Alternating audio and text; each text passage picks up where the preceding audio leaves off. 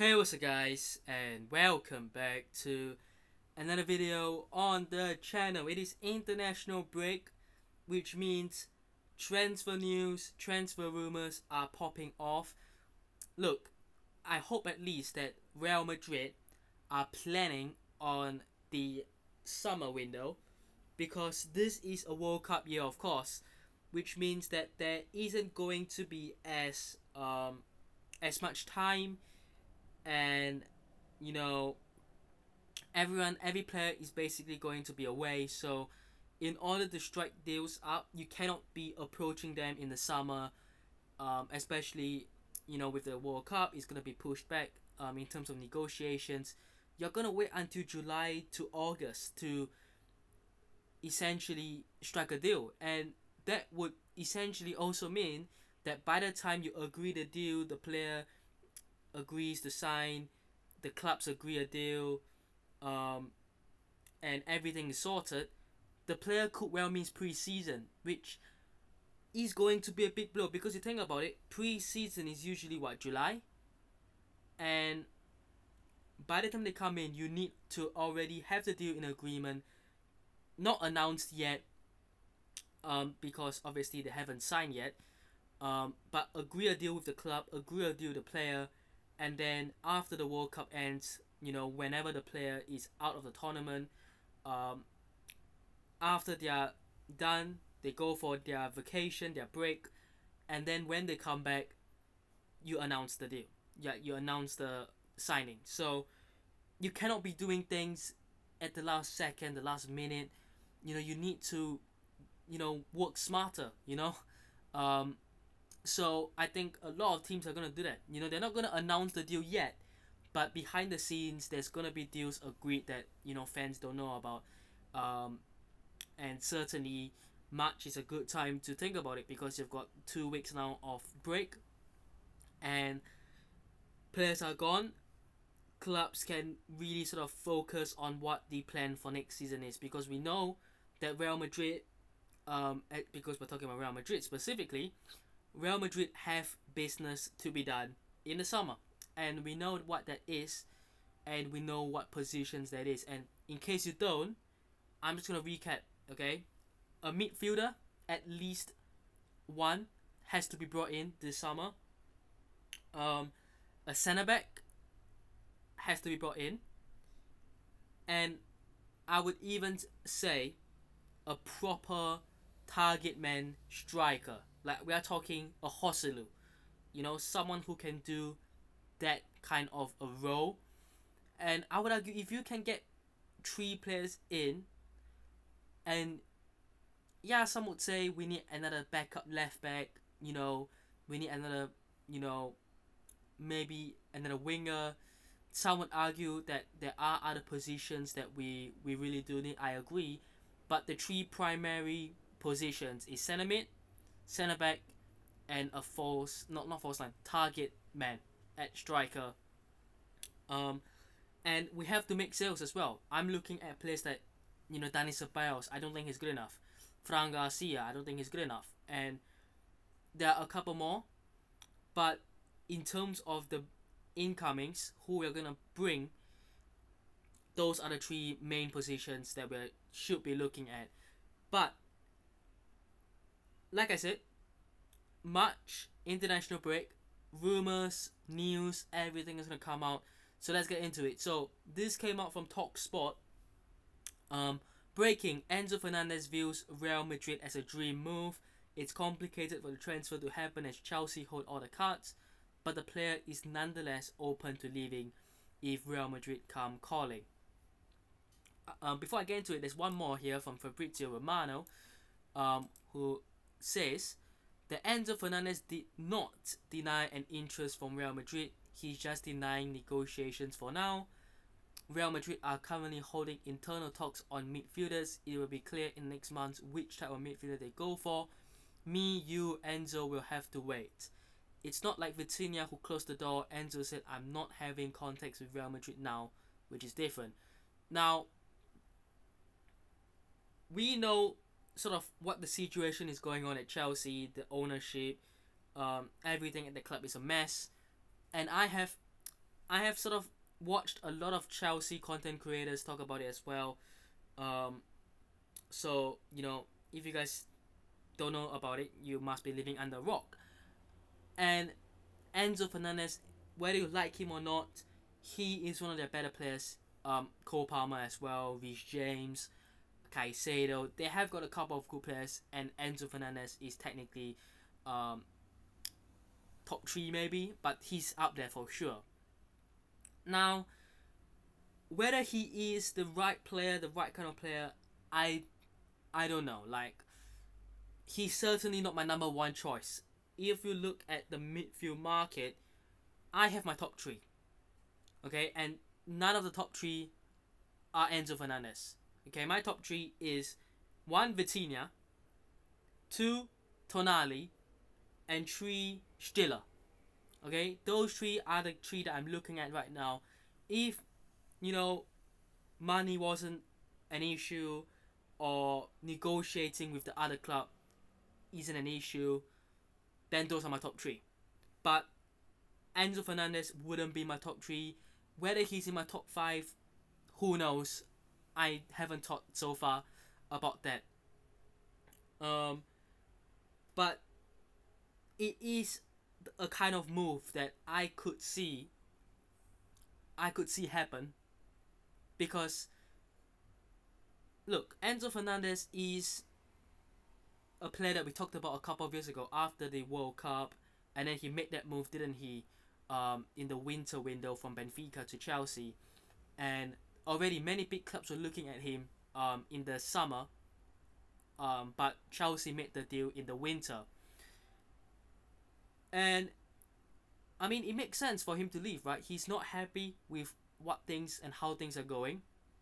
He's getting to an age now where Chelsea could arguably, make the decision that is he too old? And that sounds crazy, but their policy, their transfer policy, we know it, right? They like to go for younger players, and Enzo is not that young anymore. He's in his mid-20s, and he is a player who, if they don't make the Champions League, if Chelsea fail to make the UCL, they need to sell to buy, basically, because the revenue they're missing out on is, far worse, basically. And if you look at the team, who could they sell for big money? Palmer, Enzo Fernandez, and Caicedo, because Reece James has signed a new contract, he's gonna stay. But those are the three big boys they're gonna sell. Now, Cole Palmer, could he leave? Of course. Caicedo, could he leave? Of course. But the fact is that Enzo Fernandez has been there the longest out of the three, and there's something about him, not because of his personality, but just screams to me that his character is more of I will leave, and I will choose to leave if things are not going right. Whereas with Palmer and Caicedo, they could still hang out for another year or two to see how things swing and how things go in the next year. You know what I'm saying? But Fernandez has that Argentine character in him to force that move, to not go on strike. I don't think that would be the fairest thing to say, but you know what I'm saying, right? And I could see him force the move, and I don't know how many clubs would be in for Enzo Fernandez, or how many teams he would be interested in joining. But Real Madrid will certainly be in that category, because we're looking for a midfielder. He wants to leave. He wants to play for Real Madrid. And if he makes himself approachable and easier to get compared to Vitinha, although they're not the same type of players, if he does make himself into that sort of area where he's saying I want to leave, he's pushing really hard to leave, and he opens the door slightly easier for Real Madrid will be looking at that going, okay, you've made yourself available, approachable, whatever you call it, whereas Vitinha is not. So of course we are going to go for the player who is making it easier for us, right? So this is what I'm thinking. It could happen. It could well happen if Enzo Fernandez really pushes for it. I mean, of course, if Chelsea do get Champions League football, it's a different story. But if they don't, we could see it swing. So it's one to watch. But like I said, Enzo Fernandez, whether he does push for the whether Enzo Fernandez pushes to leave Chelsea or not, he still wouldn't be my top three midfielders to prioritize signing. Like I said, it's Vitinha, it's Tonali, and then it's Stiller. So those are my top three. Now, people will agree, people will disagree. That's completely fair. It's got opinions. But for me, those three are the kind of profile that I think we really, really could deal with. And yeah, for me, those are my three. But yeah, for sure, Enzo Fernandez right now is a situation to look out for. I think it could really develop as times go on.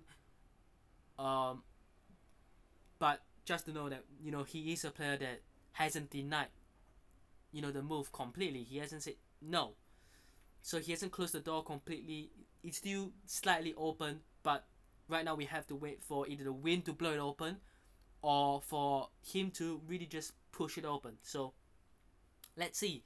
Now, speaking of a Chelsea player, here's a former Chelsea player in Antonio Rüdiger who could stay. Now, this is coming in from AS a couple of days ago. Antonio Rüdiger's renewal is now a possibility, a real possibility. He has overcome his knee issues and the club is delighted with him. Now, I said this 6 months ago at the start of the summer because we all knew that Rüdiger was running down his contract. He had only a year left, and currently he has 3 months left until his contract is up. Could he stay? Absolutely, like AS is suggesting. Should he stay? In my opinion, I would keep him. Because if you look at the rosters of centre backs we've got Rüdiger currently, Militao, who is going to be back after the international break, but he is another player who really can't seem to stay fit. Dean Huijsen, who I think has had a very good first year. I think people were trying to, call him out for being a flop after the first couple of months, and the last couple of weeks he has really shown his quality, and there is more to come from him. So let's not forget Raul Asensio, who again is still young. It's not even his second season really. It's 1.5, really, isn't it? So yeah, but second season with the team. Obviously just came through from the academy, but this is a player who I believe is very hot-headed, and he makes mistakes, and he is too aggressive sometimes. And then you look at Alaba, he's going to leave for sure. Alaba can't stay fit to save his life, he's going to leave. So you've got 4 centre-backs. 2 of them, including Rüdiger technically, have injury issues. But if Rüdiger can stay fit for a longer period of time, and Militao can hopefully stay fit as well for a slightly longer period of time than usual, you've got those 2 guys who are the more experienced players fit. You've got Huijsen, who's the future, Raul Asensio, who's there as well, and then you bring in another centre back, 5 defenders, 3 of which are pretty much less injury prone, and the 2 more experienced guys are more injury prone, but when they aren't injured, they can bring a lot to the team. I think you need to. If you get rid of Rüdiger and Alaba, you're left with 3 centre backs. And if you're left with 3 centre backs, you could say, oh, let's promote Juan Martinez, for example. Yes, maybe you could do that, but I'm still looking at the experience factor, and I don't think that's enough. I think you need to have at least 1 centre back who can somewhat stay fit and have experience. And you could say both Rüdiger and Militao are injury prone, but look at what's going on right now. Militao's injured, but Rüdiger is at least fit. So what I'm saying is I hope that at least one of them stay fit while the other is injured, if the other is injured, and at least we are still left with 1 fit experienced centre back, if you know what I'm saying. So you cannot go into a season with 5 centre backs, only 1 is experienced. So if we are not going to if I'm not gonna sign someone who is a bit older, because I don't think that makes sense, then it's no harm keeping Rüdiger for another year. If you know what I'm saying. Now, speaking of German centre backs,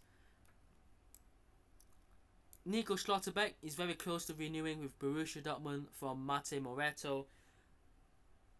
Look, this would be, in my opinion, a blow, because I would really, really, really want Nico Schlotterbeck at Real Madrid. Left-footed, he's young, and he just sort of fits that age profile that we should be looking at for this position. And I would say that he's already experienced enough. I think you give him a year at Real Madrid, obviously it's a step up, so he has to adapt. But I think after a year of being at Real Madrid, I think he will adapt really well.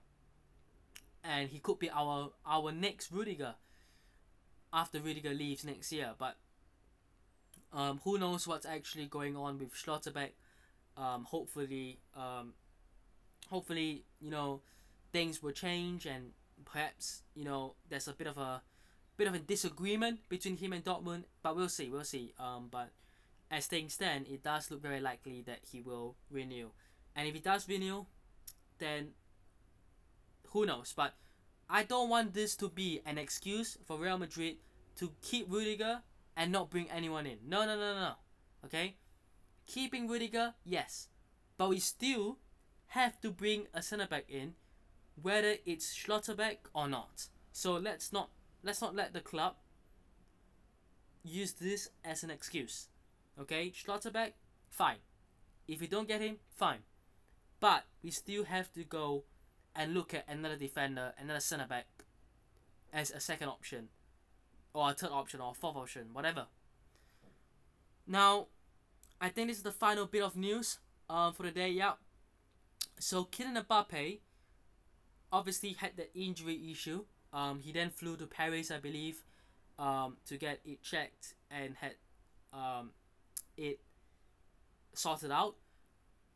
But news have come out as to why he was being told before getting the injury, as to why he's fine. So basically they told him, you're all good, you can play, you're all fine.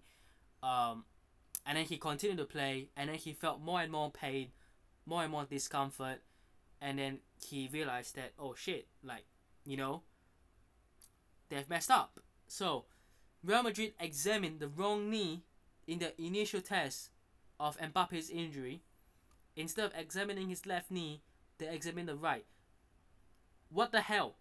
For a football club of the scale of Real Madrid to do that, sack them. I think they've been sacked, by the way. I think the medical team who did that, gone. I think they have been sacked. And this is Itzia Gonzalez, who is Real Madrid's former nutrition specialist.